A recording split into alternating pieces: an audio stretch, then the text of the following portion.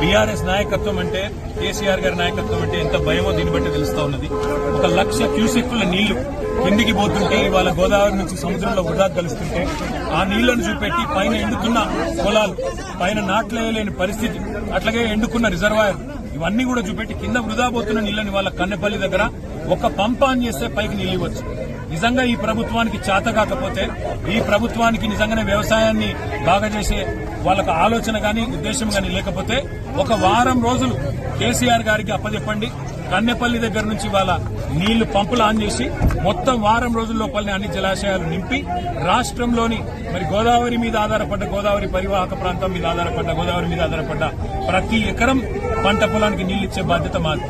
ఇవాళ సింపుల్ గా 93.5 మీటర్ల మీద గోదావరి ప్రవహిస్తా ఉంది. మేడిగడ్డ బ్యారేజ్ తో సంబంధం లేకుండా, బ్యారేజ్ గేట్లు తెరుచున్నాయా మూసున్నాయా అన్న దాంతో నిమిత్తం లేకుండా ఇవాళ బ్రహ్మాండంగా పంపులు ఆన్ చేస్తే కన్నెపల్లి దగ్గర నుంచి లిఫ్ట్ చేయొచ్చు. ఆడ 96 మీటర్ల మీదికెళ్లి గోదావరి పోతున్నది. ఇవాళ 93.5కే మీరు బ్రహ్మాండంగా పంపులు ఆన్ చేయొచ్చు. ఆడ బ్యారేజ్ తో సంబంధం లేకుండా నీళ్లు తోడొచ్చు. బ్రహ్మాండంగా మిడ్ మానేర్ గాని, లోవర్ మానేర్ గాని, పైన ఉండే మల్లన్న సాగర్ గాని, రంగనాయక సాగర్ గాని అన్ని కూడా బస్వాపూర్తో సహా అన్ని రిజర్వాయర్లు నింపొచ్చు.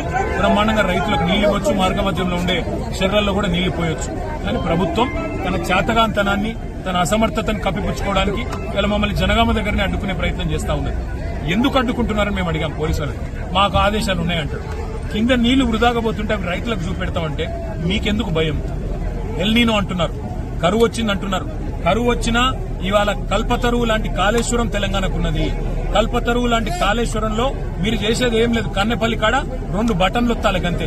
ఆ 2 బటన్లు ఒత్తితే మా కరీంనగర్ నియోజకవర్గంలోని మొట్టమొదటి బెనిఫిషరీ కరీంనగర్ నియోజకవర్గంలోని ప్రాంతం. అందుకే ఈ రకంగా మొత్తం నీళ్లన్నీ కూడా కాళేశ్వరం ప్రాజెక్టు ద్వారా ఇవ్వచ్చు అనే మాట చూపెడతామని మేము పోతుంటే కాళేశ్వరం కూలిపోయిందన్న సన్నాసి రేవంత్ రెడ్డి ఇవాళ తన అసమర్థతను కప్పిపుచ్చుకోవడానికి, తన చేతగాంతనాన్ని మరి ప్రజలకు తెలియకుండా దాపెట్టే ప్రయత్నంలో మమ్మల్ని అరెస్ట్ చేసే ప్రయత్నం చేస్తున్నారు. కానీ కన్నెపల్లి చేరుకుంటాం. తప్పకుండా అన్ని విషయాలు రైతులకు అక్కడ పారుతున్న నీళ్లు చూపెడతాం. పైకి నీళ్లు ఎట్లా తీసుకుపోవాలో కూడా చూపెడతాం.